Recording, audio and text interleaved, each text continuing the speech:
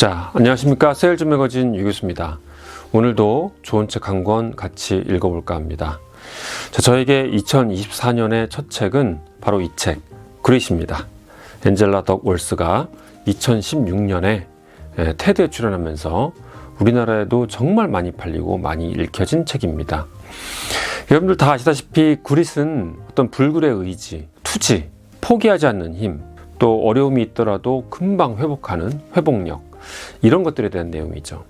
우리가 성공을 논함에 있어서 자연스럽게 어떤 인간의 재능을 논하게 되고, 그리고 한편으로는 투지를 논하게 됩니다. 사실 우리가 유전적으로도 그렇고 본능적으로 머리 좋은 사람을 좀 따르게 돼 있는 그런 성향이 있어요. 그런데 엔젤라 덕 월스는 단언을 합니다.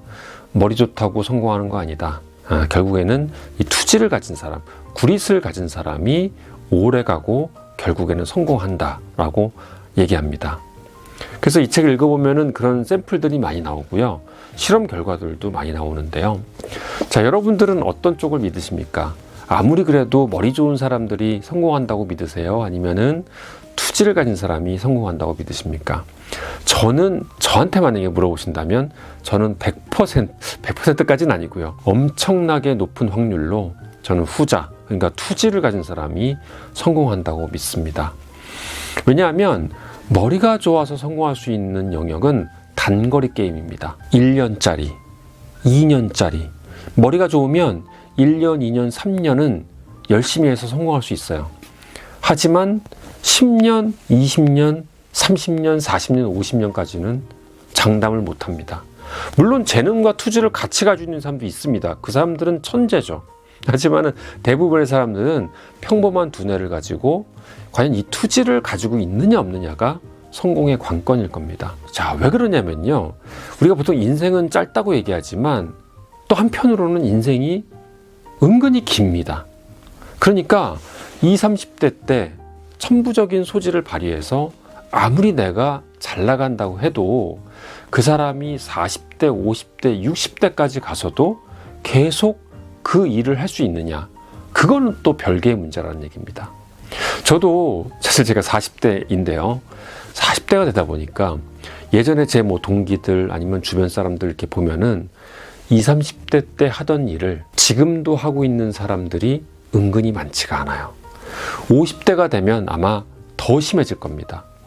한 가지 일을 오래 하는 게 쉽지가 않습니다. 그런데 왜 여기서 한 가지 일을 오래 하는 게 중요하냐? 이 책에도 나옵니다. 여러분들 잘 아시는 1만 시간의 법칙. 사람은 오랫동안 숙련하고 숙련을 해야 그 분야에 일가를 이룰 수 있다. 이런 것들을 믿기 때문입니다. 이렇게 말씀드리면 주변에 그렇지 않은 사람도 있더라. 머리가 좋으니까 일을 이리저리 바꿔도 결국은 잘 되는데? 이렇게 말씀하시는 분이 있죠. 하지만 그런 사람들이 얼마나 많을까요? 그렇게 명석한 두뇌를 가지고 단기간에 무언가를 이루는 사람이 얼마나 많겠습니까? 나이가 들면 체력도 떨어지고 머리 회전도 느려지게 되어 있습니다. 남는 건 투지거든요. 장거리 게임입니다. 반짝이는 아이디어로 단기 게임에서는 어떻게든 이길 수 있겠습니다만 장기 게임으로 가면 투지만이 그 사람을 성공으로 만드는 열쇠가 되는 것이죠. 그래서 사실은 저는 이 그릿이라는 책을 어떤 불굴의 의지, 투지, 이런 거에 관한 책이라기보다는 오히려 직업에 관한 얘기라고 저는 생각을 해요. 왜냐하면 이 책에도 직업에 대한 얘기가 많이 나옵니다. 당신이 좋아하는 일을 하셔라. 그것을 천직으로 여길 때까지 너에게 맞는 직업을 찾아라.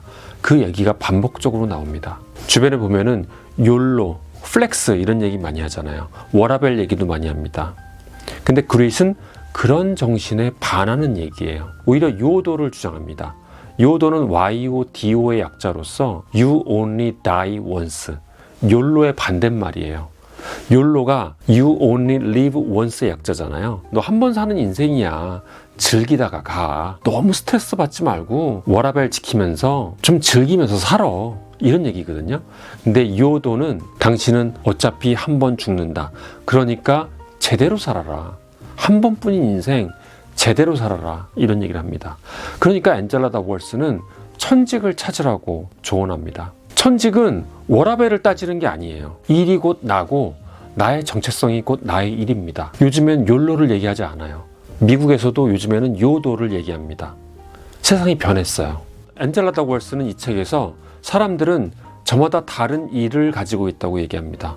세 가지입니다. 첫 번째는 생업, 두 번째는 직업, 세 번째는 천직입니다. 생업은 진짜로 먹고 살기 위해서 일하는 거예요. 그 내용 신경도 안 씁니다. 그냥 돈만 벌면 되는 거예요. 먹고 살기 위해서. 직업은 좀 낫습니다. 일반적인 직장인들의 삶이에요. 내 일을 정말 내 일처럼 정말 내 일을 사랑하는 건 아니에요. 나는 어차피 더 좋은 직장으로 옮겨 다닐 거거든요. 더 좋은 연봉, 더 좋은 근무 환경을 위해서 옮겨 다니는 사람이에요. 이런 사람들은 본인의 직무가 바뀌어도 별로 개의치 않습니다. 근데 마지막으로 천직은 연봉의 수준이나 워라밸 같은 거에 신경 쓰지 않습니다. 내가 너무 내 일을 사랑하기 때문에 돈은 내 일을 사랑하는 만큼 나에게 부수적으로 따라온다고 생각합니다. 일이 먼저예요. 이런 사람들은 워라밸을 논하지 않습니다. 욜로보다는 요도를 얘기합니다. 그래서 앤젤라 더그월스는 그리스를 실현하기 위해서는 네 가지가 필요하다고 얘기합니다. 관심, 연습, 목적, 희망. 일단 내 일을 좋아해야 돼요. 내 일을 즐길 줄 알아야 돼요. 내 일을 즐기지 않는다면 그 일을 찾을 때까지 노력하라고 조언하고 있습니다. 둘째는 연습이에요.